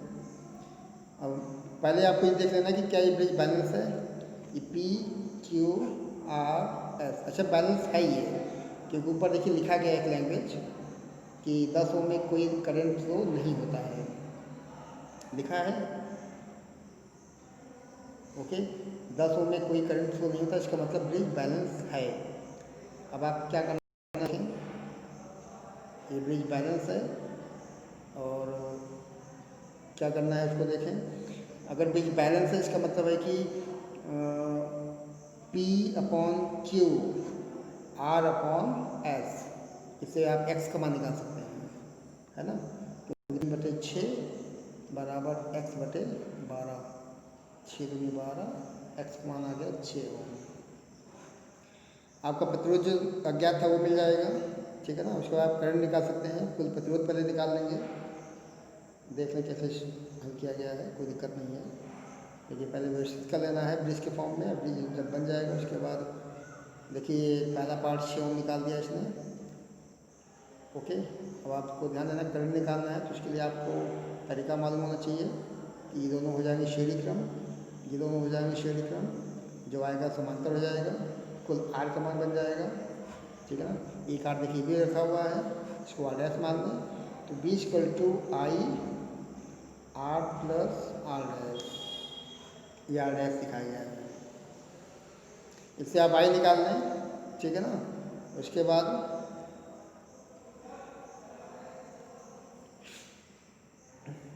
देखिए पहले इसने 6 ओम निकाल दिया है, फिर ये प्रतिरोध हो गया है, करंट निकाल दिया है 0.5 एम्पियर, ठीक है ना। एसी के बीच में विभवांतर निकाल दिया गया है, धारा निकाल दी गई है 1.3 एम्पियर, ठीक है ना। पावर निकालना V × I कर लेंगे, क्योंकि B का मान दिया 5, I का मान 0.5 एम्पियर यहाँ से, तो 2.5 वॉट आपका ये पावर, ये शक्ति मिल जाएगी। तो इसको आप ट्राई करें। क्वेश्चन 11 देखें विद्यार्थियों, 11 में शो किया गया है 2 वोल्ट और 1.8 वोल्ट, इतना 3 सेल दिखाए गए हैं, आंतरिक प्रतिरोध दिखाए गए हैं, और बैटरी को बहुत अल्प प्रतिरोध के अमीटर की सहायता से 3.5 ओम के वाई प्रतिरोध से जोड़ा गया है। अमीटर का पाठ्यांक मतलब आई का मान निकालना है, ठीक है। तो कोई दिक्कत नहीं विशेष विद्यार्थियों, हो जाएगा ये भी, क्योंकि इस क्वेश्चन में बेसिकली आपको E1, E2, E3, E1, E2, E3 दिया है, R1, R2, R3 दिया है, कैपिटल R का मान दिखाया गया है, ठीक है। कोई दिक्कत नहीं है, आसानी से निकल जाएगा, क्योंकि जो E होता है equal to I R plus small R, ये आपको लगा देना है। ठीक है, ई निकालने के लिए इन तीनों को आपको जोड़ लेना है। ठीक, स्मॉल आर इन तीनों को जोड़ लेना है, स्मॉल आर बन जाएगा। कैपिटल आर 3.25 है, आई का मान आपको निकाल लेना है। ठीक, देखिए ई हो गया, कुल ई निकाल लिया है 5.3 वोल्ट, आर हो गया 1.75 ओम, कुल प्रतिरोध निकाल लिया है 5 ओम, और अमीटर का पाठ्यांक 1.06 एम्पियर। तो कोई समस्या नहीं हुई, सिंपल तरीके से क्वेश्चन जो है सॉल्व हो गया। ओके, तो इसको भी आप लगा डालें। क्वेश्चन 12 पे आ जाएं। और क्वेश्चन 12 देखिए, दिए गए परिपथ में प्रत्येक सेल के सिरों के बीच में निकालना है विभवांतर। ओके, और ये डायग्राम देखिए शो किया गया है, हमें निकालना है सेल के सिरों के बीच का विभवांतर। तो एक देखिए सेल ये दिखाया गया है, एक सेल ये दिखाया गया है, फिर दोनों का प्लस देखिए सामने आ रहा है। और दोनों का प्लस आने का मतलब है कि जो ई बनेगा वो घड़े आएगा, मतलब 10 यहाँ है, 2 यहाँ, 8 वोल्ट बन जाएगा। ठीक है, और आपको कुल प्रतिरोध भी निकाल लेना है, क्योंकि विभवांतर निकालने के लिए पहले आपको करंट निकालना पड़ेगा। ठीक है, प्रतिरोध कहाँ कहाँ पे है, 2 ओम आंतरिक प्रतिरोध, एक प्रतिरोध ये है, एक प्रतिरोध ये है, एक प्रतिरोध यहाँ, एक प्रतिरोध यहाँ। कितना हो गया, 2 3 2 5 6 7 2 9, 3 2 5 6 3 2 5 6 2 8 ओम कुल प्रतिरोध हो गया। ठीक है, दोनों सेलों के सिरों के बीच विभवांतर निकालना है। आई का मान देखिए बन गया है, आई का मान आपने निकाल लिया 1 एम्पियर, कोई दिक्कत नहीं हुआ। अब पहले सेल में निकालना है, ये आपको फॉर्मूला मालूम है। ठीक है, E1 10 दिखाया गया, आई का मान 1 एम्पियर हो गया, R1 दिया 2 ओम, 8 वोल्ट यहाँ निकला। ऐसे नीचे वाले का निकाल लिया 3 वोल्ट। ठीक है, तो इसको आप देख लें, क्वेश्चन नंबर 13 पे आ जाए। क्वेश्चन 13 देखें, इसमें कहता है कि ए और बी के बीच का विभवांतर निकालना है, इसके बीच का विभवांतर निकालना है। ये क्वेश्चन 2018 में पूछा गया है और एक टेक्निकल सवाल है ये। ठीक है, मैं डायग्राम को और थोड़ा बड़ा कर दूँ, आपको यहाँ निकालना है ए और बी के बीच का विभवांतर।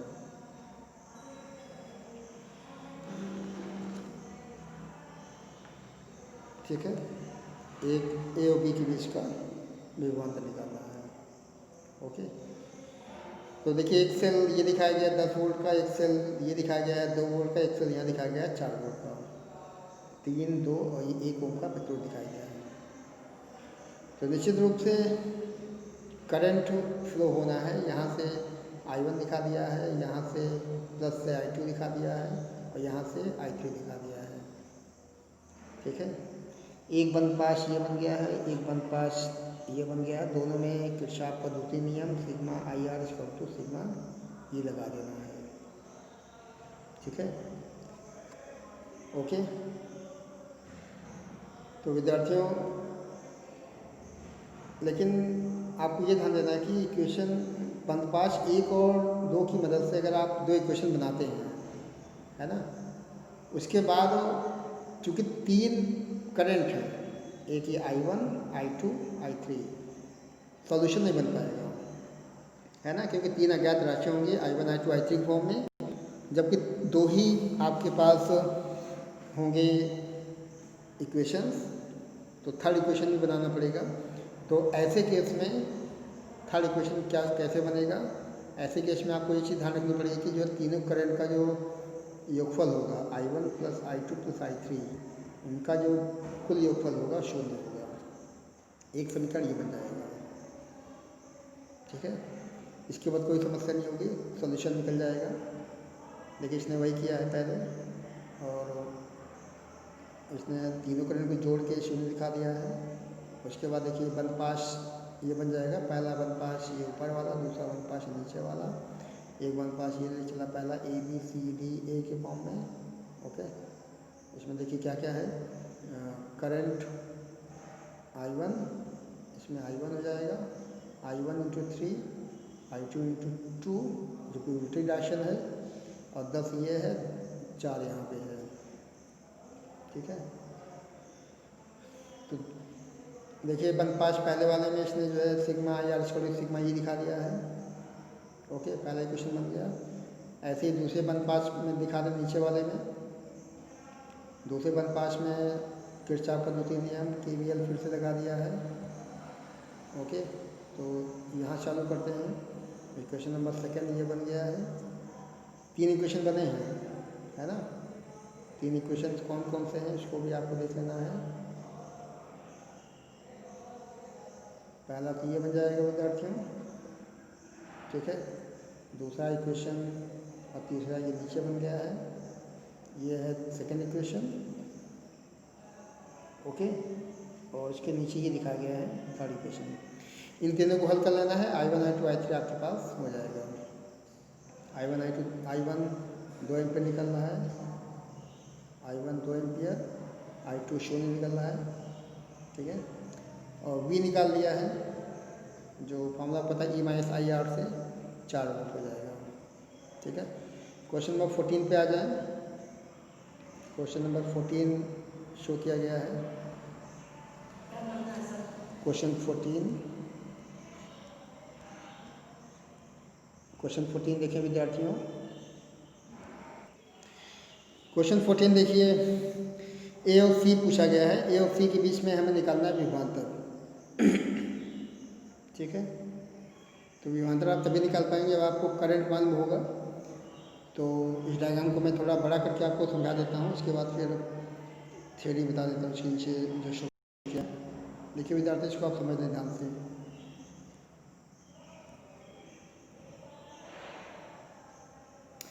अब देखिए, एक सेल ये बना है 2 वोल्ट का, 2 वोल्ट का यहाँ पे है, 4 वोल्ट का यहाँ पे है, ठीक है। ये दोनों तो श्रेणी क्रम में हो जाएंगे सेल। यहाँ अच्छी खबर है क्योंकि इसका प्लस इसके माइनस के सामने आएगा, मतलब 4 2 6 वोल्ट ये बन जाएगा। ओके, और 1 1 2 ओम यहाँ बन जाएगा।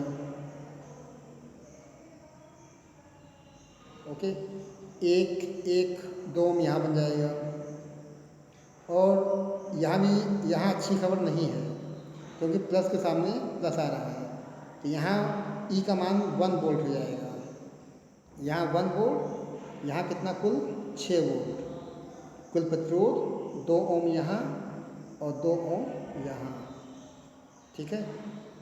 इतना करने के बाद आप द्वितीय नियम लगा दें, क्योंकि ये 3 वोल्ट का है, 2 वोल्ट का है, तो करंट ऐसे चलेगा I1, ठीक है। और 4 ये है, 2 ये है, यहाँ से निकलेगा I2। ये जंक्शन है, यहाँ आपको मिलेगा I1 प्लस I2। ओके, यहाँ के ब्रेक हो जाएगा, I1 यहाँ चला जाएगा और I2 इसमें चला जाएगा। तो पहला बंद पास ये बन जाएगा, दूसरा बंद पास ये बन जाएगा। दोनों में आपको KVL लगा देना है, और KVL लगाने के बाद जो है I1 I2 का मान निकाल के जोड़ के 2 से गुणा कर लेना है, ठीक है। तो देखें इसको ऐसे, देखिए डायग्राम में करंट शो कर दिया गया है, जैसे मैंने आपको दिखाया था बिल्कुल वही डायग्राम यहाँ भी बता रहा है। एक्चुअली ये बड़ी बैटरी है, तो 3 2 में एक बचेगा, तो 1 वोल्ट, तो करंट यूँ चलेगा। और 4 2 6 I2 यहाँ निकलेगा। जंक्शन है, तो इसमें आपका I1 प्लस I2 चला जाएगा। यहाँ ब्रेक हो जाएगा I1 में, इधर चला जाएगा I2 की फॉर्म में। एक बंद पास ये है, दूसरा बंद पास ये है। KVL लगा दें, करंट और प्रतिरोध कितना है देखते जाएं, और गुणा करके बंद पास में चेक करना कितने सेल लगे हैं उसको दिखा दें। देखिए पहले बंद पास में ऊपर वाले में देखिए I इंटू R दिखाया गया है, बराबर 3 - 2। पहला इक्वेशन ये बन गया। दूसरे वाले बंद पास में ये बन गया, ठीक है। और इन दोनों को हल करने पे I1 का मान नेगेटिव में 2/3 एम्पियर, नेगेटिव आ सकता है विद्यार्थी, आप नेगेटिव आने से परेशान ना हो। I2 का मान 11/6 एम्पियर, ठीक है। अब 2 एम्पियर में धारा निकालें, दोनों को जोड़ दें, ठीक है। अब वोल्टेज निकालना है तो गुणा कर लें आर के साथ में, 7/3 वोल्ट। ठीक है। अब देखिए नेगेटिव में करंट आते इसका भी मतलब बताया गया है। ठीक है। नेगेटिव में अगर करंट आता है तो उसका क्या मतलब है कि जो दिशा होगी उसकी दिशा होगी विपरीत दिशा, ये आपको समझ लेना है। क्वेश्चन 15 पे आ जाएं। 15 देखिए बड़ा क्वेश्चन दिखाया गया है, पर्पस शो किया गया है 5 ओम में आई का मान निकालना। 5 ओम देखिए ये दिखाया गया है। अब एक बड़ा क्वेश्चन है ये। ठीक है। मैं इसका भी हिंट आपको कर देता हूँ, इसको आप ट्राई करें। अब ध्यान देखिए, देखिए एक सेल या बैटरी यहाँ दिखाया गया, दूसरा यहाँ शो किया गया है। यहाँ से निकल गया करंट I1 और यहाँ से निकल गया I2। ठीक है। अब यहाँ पे आएगा तो ये ब्रेक हो जाएगा, कुछ करंट इसमें चला गया। एक्चुअली थोड़ा मैं चेक कर लूँ कि इसमें कौन कौन से नोटेशंस दिए गए हैं। I2 okay. ऐसे देखिए मैं इसका थोड़ा एक्सप्लेन कर दूं कि ये करंट I यहाँ पे हो गया, I2 मैंने यहाँ मान लिया अभी फ़िलहाल, और जब यहाँ आएगा तो कुछ करंट इसमें चला गया। कितना चला गया? मान लिया I1 चला गया। कितना बचेगा? बचेगा I माइनस I1। ओके। ये जंक्शन है, इधर से I1 आएगा, इधर से I2 आएगा, इसमें बन जाएगा I1 प्लस I2। ठीक है। यहाँ पे I2 चला जाएगा, यहाँ पर I1 चला जाएगा और इसमें I चला जाएगा। ठीक है। इतना आपको दिखा लेना है और उसके बाद आप फिर क्वेश्चन में KVL लगा के इसको हल करेंगे। एक बार फिर से समझ लें, मैं फिर से इसको एक्सप्लेन कर देता हूँ विद्यार्थियों। देखिए एक सेल यहाँ दिखाया गया, इसका करंट हमने I मान लिया। ओके। और जब यहाँ पहुँचेगा तो ये इसका कुछ भाग इसमें चला जाएगा। कितना भाग होगा वो? I1। इसमें I1 चला गया, कितना बचेगा? I minus I1। इसमें कितना मान लिया है? I2। इधर से I2 हो जाएगा। ठीक है। इधर से I1 फिर जुड़ जाएगा I1 प्लस I2। ठीक है ना। और जब यहाँ करंट आएगा तो ये I2 इसमें चला जाएगा, ये I1 इसमें चला जाएगा और यहाँ से ये चला जाएगा I। ठीक है। कई बंद पास आपको दिखाई पड़ रहे हैं। एक बंद पास ये है, एक बंद पास ये है, एक बंद पास ये है। 3 बंद पास दिखाई पड़ रहे हैं। तीनों में KVL लगाना है। एक बंद पास को लेकर चलना है पहले। ठीक है ना। पहला बंद पास है ये, तो ये करंट ये प्रतिरोध, ये करंट ये प्रतिरोध और ये करंट ये प्रतिरोध बराबर कितना था, ये जो भी दिखा हो वो दिखा देंगे। ठीक है। ऐसे ही आपको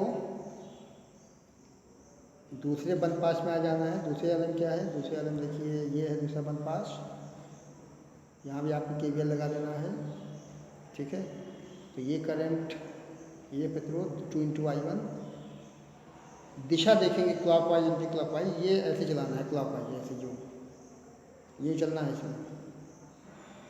ठीक है। मतलब ये प्लस में रहेगा, ये प्लस में रहेगा, ये प्लस में रहेगा, ये माइनस में हो जाएगा। ठीक है। प्लस प्लस प्लस और ये माइनस। और यहाँ चूंकि कोई सेल नहीं लगा है, ध्यान देंगे इस बंद पास में कोई सेल कोई बैटरी नहीं लगी है, तो E का मान 0 हो जाएगा। थर्ड वाले में भी आपको वही चीज़ लगा देनी है। इसमें E का मान दिया 2 वोल्ट और फिर तीनों को हल करना है। हल करके जो है I1 I2 का मान आप निकाल सकते हैं। ठीक है। तो देखिए पहले बंद पास में ये निकाला गया है, दूसरे बंद पास में, पहले बंद पास में ये, दूसरे बंद पास में ये और तीसरे बंद पास में ये निकाल दिया है। ठीक है। ये तीनों को हल करके जो है फाइनली I1 I2 का मान I का मान निकाल दिया गया है। नंबर 17-16 पे आ जाए। देखें क्वेश्चन 16 में देखिए परिपथ शो किया गया है। उसमें 1.5 वोल्ट के सेल के आंतरिक प्रतिरोध मापने के लिए एक 2 वोल्ट का पोटेंशियोमीटर दिखाया गया है। खुले परिपथ में सेल का संतुलन 76.3 सेंटीमीटर पर मिलता है। सेल के वायु प्रतिरोध में 9.5 ओम प्रतिरोध का एक प्रतिरोधक संयोजित करने पर संतुलन बिंदु पोटेंशियोमीटर के तार की 64.8 सेंटीमीटर लंबाई पे पहुंच जाता है। सेल का आंतरिक प्रतिरोध निकालना है। ओके, तो ये एक बड़ा क्वेश्चन आपके सामने। क्वेश्चन नंबर 16 पे ध्यान दें और क्वेश्चन की लैंग्वेज आपको देख के आप भयभीत ना हो, की आसानी है। और ये डायग्राम देखिए पोटेंशियोमीटर का बना हुआ है, ठीक है ना। और इस डायग्राम में एक तार देखिए AB के फॉर्म में दिखाया गया है। एक सेल जिसका निकालना है विद्युत वाहक बल या जो भी निकालना है आंतरिक प्रतिरोध निकालना है, तो वो यहाँ दिखाया गया 1.5 वोल्ट का इसका विद्युत वाहक बल है। आंतरिक प्रतिरोध हमें निकालना है। एक बैटरी 2 वोल्ट यहाँ दिखा दी गई है, ठीक है। ये गैलोमीटर शो किया गया है। और ध्यान देना है कि 1.5 वोल्ट के सेल इसका आंतरिक प्रतिरोध नापने के लिए 2 वोल्ट का एक पोटेंशियोमीटर शो किया गया है। संतुलन की अवस्था में 76.3 पे पॉइंट में प्राप्त होता है। ओके, और यदि आप 9.5 ओम का प्रतिरोध लगाते हैं तो पोटेंशियोमीटर इतने पे आ जाता है। तब आपको निकालना आंतरिक प्रतिरोध। कोई दिक्कत नहीं विद्यार्थियों, आपको याद है कि आंतरिक प्रतिरोध small r equal to capital R L1 upon L2 minus 1 ये था। तो और यहाँ देखिए फॉर्मूला और आपको बता दूँ कि E1 बराबर KL1 और या पहले आप R दिखा दें, R equal to capital R E upon V minus 1, ये बेसिक फॉर्मूला था, ठीक है ना। इसी को हमने बाद में लिखा था R equal to capital R L1 upon L2 minus 1, ठीक है। और E बराबर KL1 और B बराबर KL2 ये सारे मान दिए गए हैं, ठीक है ना। तो आपको इसमें इन दोनों को भाग कर लेना है। इन दोनों को भाग करने के बाद आप E अपॉन B निकाल सकते हैं और E अपॉन B एक्चुअली यही है L1 अपॉन L2, ठीक है। क्लियर। आपको पहले E निकाल लेना है KL1 फॉर्म में, फिर B निकाल लेना है KL2 के फॉर्म में, फिर भाग कर लेना है और E upon B L1 upon L2 बन जाएगा। कैपिटल R का मान दिया है 9.5 ओम, ठीक है। अब उसको आप ऐसे देखें, संतुलन की अवस्था में आप जानते हैं कि E बनता है KL1 बन गया। E का मतलब क्या है, विभव प्रवणता। वाई परिपथ जोड़ने पे KB बन जाएगा KL2, इक्वेशन 2 फर्स्ट भाग कर लेना है, ये बन गया, ठीक। मान बिठा लें, मान बिठाएंगे तो आपको ये बन जाएगा। मान बिठाने का मतलब E अपॉन B निकालना है L1 अपॉन L2 फॉर्म में। L1 L2 L1 इतना L2 इतना कैपिटल R इतना। तो R का देखिए फॉर्मूला लगा दिया है। फॉर्मूला निकालने के बाद ये हल करने के बाद ये 1.7 ओम निकल रहा है, ठीक है। ओके, अब ये इसका सोल्यूशन हो गया। आंतरिक प्रतिरोध जो है जो सेल यूज किया गया है 1.7 ओम। पोटेंशियोमीटर आपको एक बार फिर दिखा दो विद्यार्थियों। हालांकि पोटेंशियोमीटर की डिटेल्स आपको भाग 6 में प्राप्त हो जाएगा, ठीक है। तो वहाँ से उसको आप देख सकते हैं। एक आखिरी क्वेश्चन देखिए 17 के फॉर्म में दिखाया गया है, इसको भी आप समझ लें। पहले इसकी लैंग्वेज चेक कर लें विद्यार्थियों।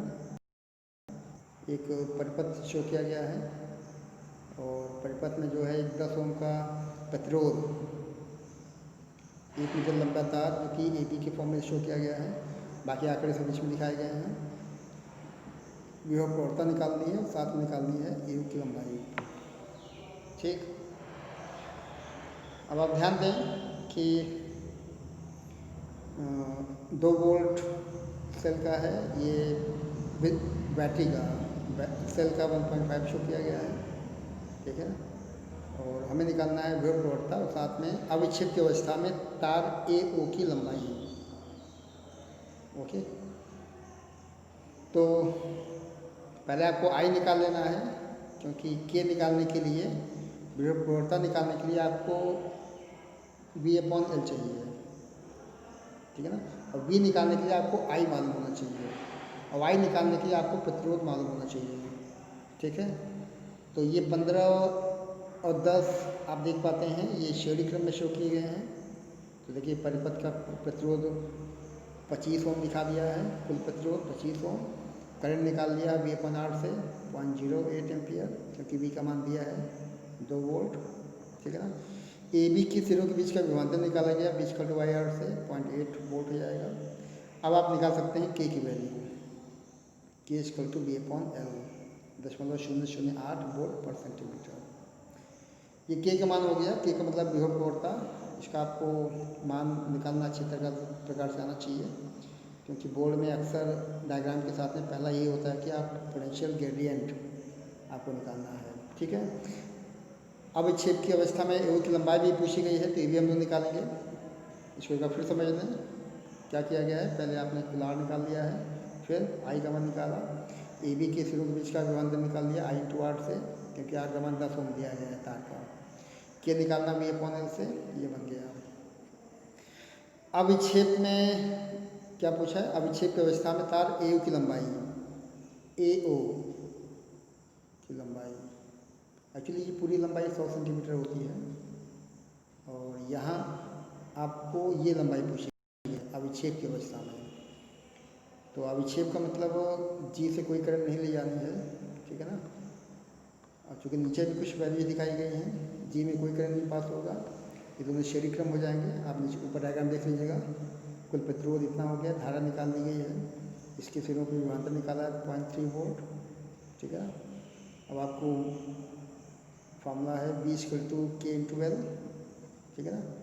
तो L निकाल लेना है, L = V/K, जो कि 37.5 सेंटीमीटर बनता है, ठीक है। तो इस प्रकार से ये क्वेश्चन भी आपका पूर्ण हुआ। इसको भी आप ट्राई करें और इसको लगाएं कई बार। डायग्राम पे विशेष ध्यान दें, इसकी लैंग्वेज पे आपको विशेष ध्यान देना है कि लैंग्वेज एक्चुअली क्या शो किया गया है, ओके। डायग्राम में क्या क्या चीज़ें दी गई हैं वो आपको ध्यान रखनी है, कौन चीज़ कहाँ पे इस्तेमाल होनी है, ये आपको ध्यान होना चाहिए कि ये ऊपर का जो परिपथ होता है ये प्राथमिक परिपथ होता है, प्राइमरी सर्किट है ना, और ये जो पोर्शन होता है ये सेकेंडरी सर्किट होता है। तो इसका यूज़ करना है। और हम लोगों ने इस प्रकार से पहला पार्ट विभव प्रवणता 0.08 वोल्ट पर सेंटीमीटर, और सेकेंड पार्ट में जो है L का मान निकाल लिया है। तो विद्यार्थी इस प्रकार से आज आपने देखा कुछ महत्वपूर्ण श्रृंखला प्रश्नावली के रूप में, आपकी प्रश्नोत्तरी के रूप में, इसको आप कई बार ट्राई करें। हालांकि ये सवालों का अंत अभी नहीं होना है, बल्कि अभी और तमाम चीज़ें आपको समझनी है, ठीक है। तो विद्यार्थियों सब लोग इस वीडियो को बार बार देखें और तमाम चीज़ें आप सीखने का प्रयास करें, ठीक है। Okay, thanks for watching my video, thanks to everyone. Okay, thanks, Jai Hind.